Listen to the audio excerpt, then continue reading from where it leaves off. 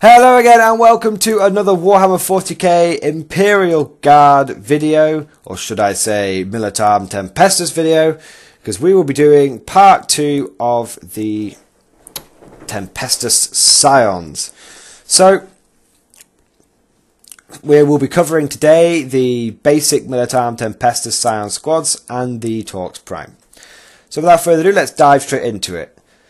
So the first thing that I want to point out about the new Scions is they are now troop choices, but cast your eyes down to the faction keywords because they are troop choices for both the Astra Militarum and the Militarum Tempestus. That's right, guys. You can now field all your Lehman Russes and everything else, whatever you want, and have Scions as troop choices, which is fantastic. 3 reasons why this is important and good for the Guard. Reason number 1 is it's kind of a nod to the old 4th edition codex, where in the Imperial Guard there was a doctrine that allowed, called Grenadiers, that allowed you to take 3 squads of stormtroopers as troop choices, and now you can do that again here. So that's great. It's also good because kind of replaces veterans as, you know, your carapace armor veterans, guys. You now might as well take Tempestus Scions.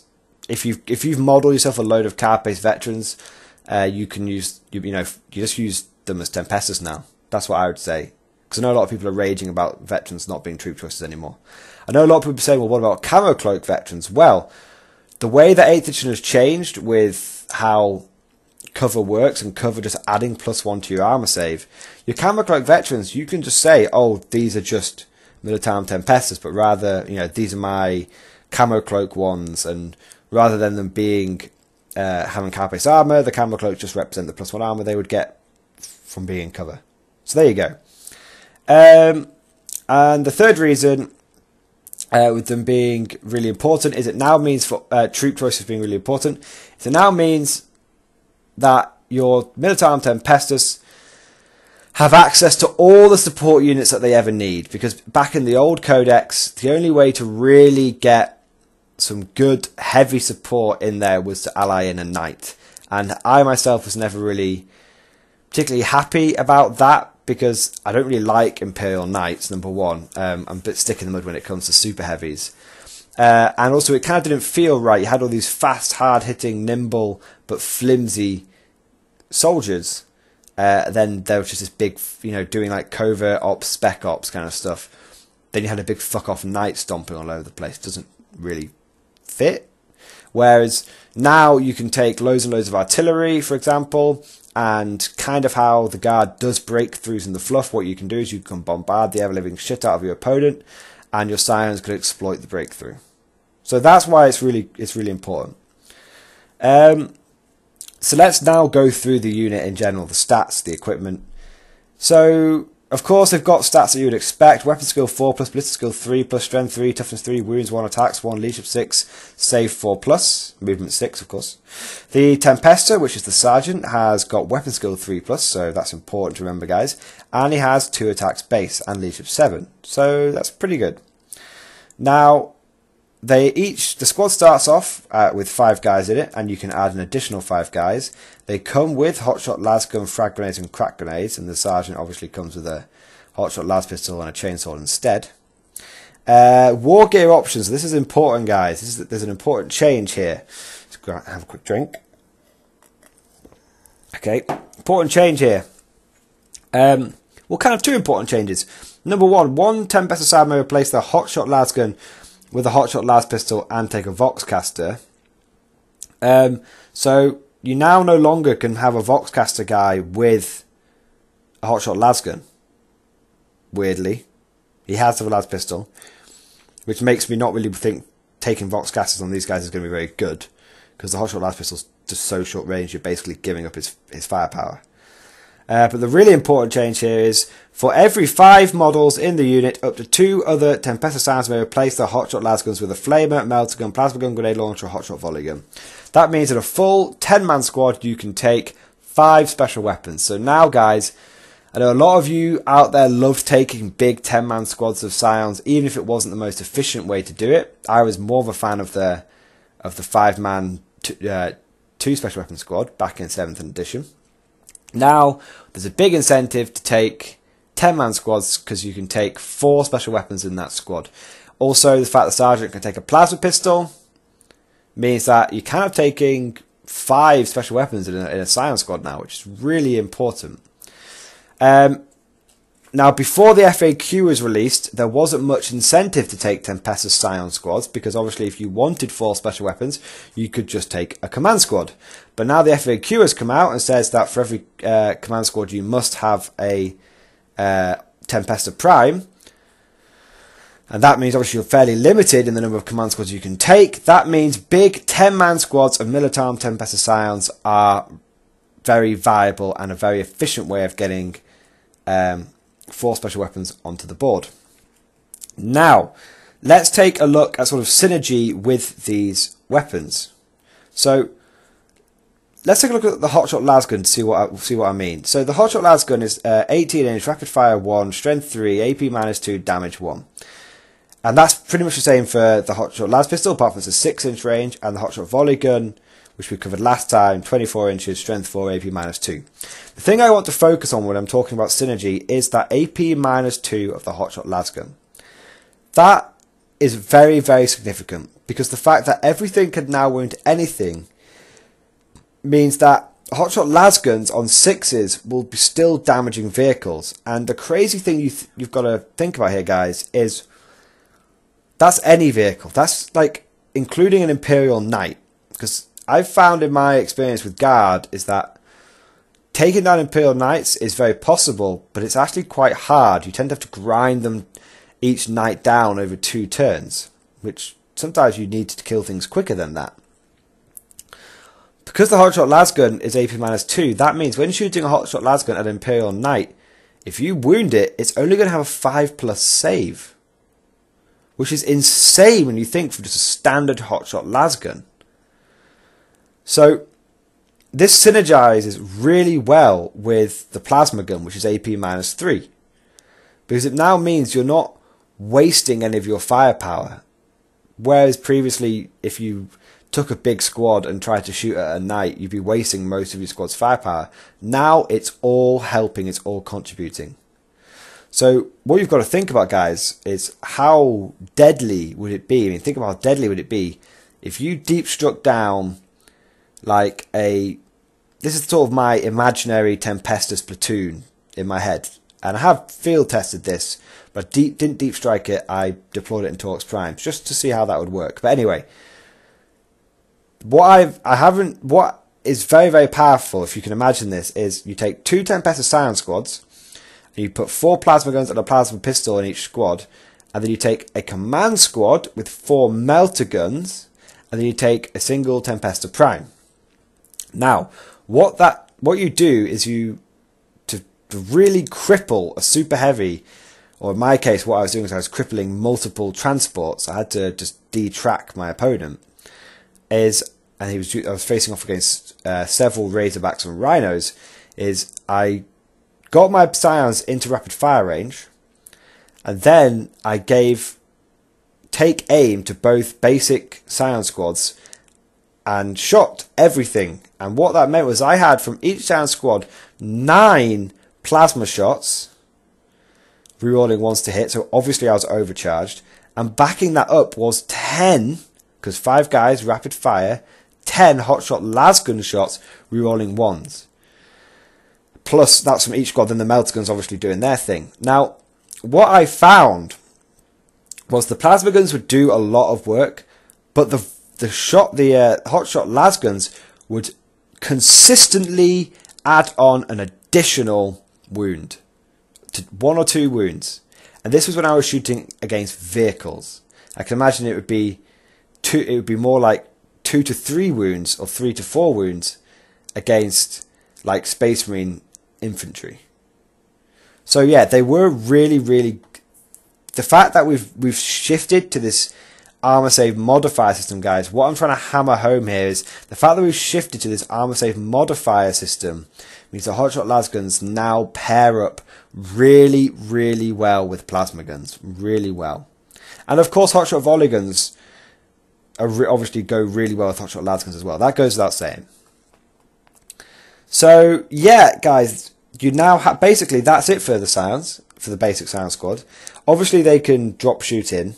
One thing to mention about the aerial drop is you must be over 9 inches away. Now, the reason I mention this is it means that if you drop in a 10-man squad, you've got your 4 plasma guns, your plasma pistol, and your 5 hotshot lasguns, because you're over 9 inches away, you have to specifically be over 9 inches away.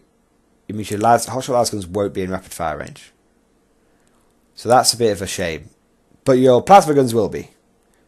So it's almost like that kind of provides an interesting balance, because on the one hand you can drop in to guarantee your plasma guns get into rapid fire range, but if you stuck the squad on the Taurox Prime, you'd probably be able to get everything into rapid fire range, just not on turn 1, probably by turn 2 instead.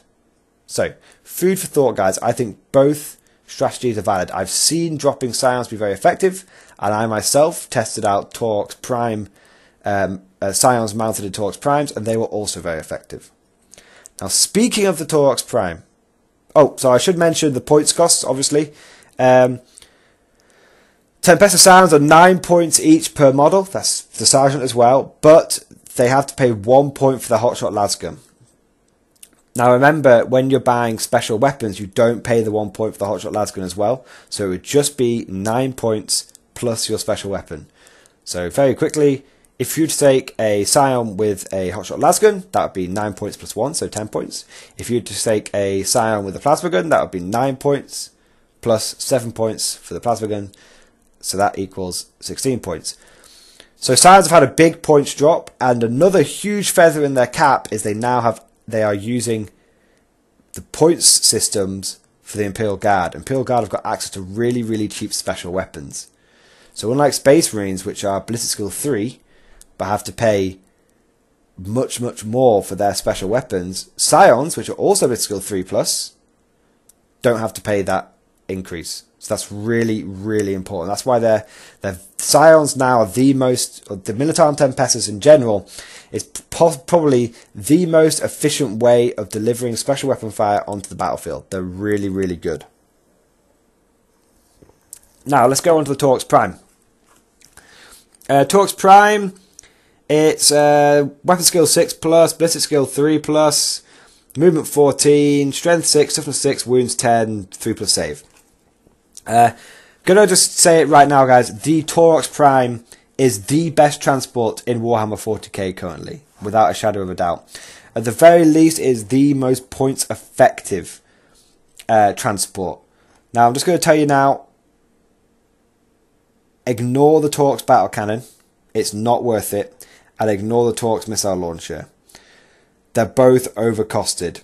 The Taurox Prime base costs 60 points. The missile launcher alone, and you have to buy obviously the stuff it comes with, and it comes with the Taurox battle cannon and 2 hotshot volley guns. Now, back in the day, I used to advocate having a good mix of punchy primes and Dakar primes.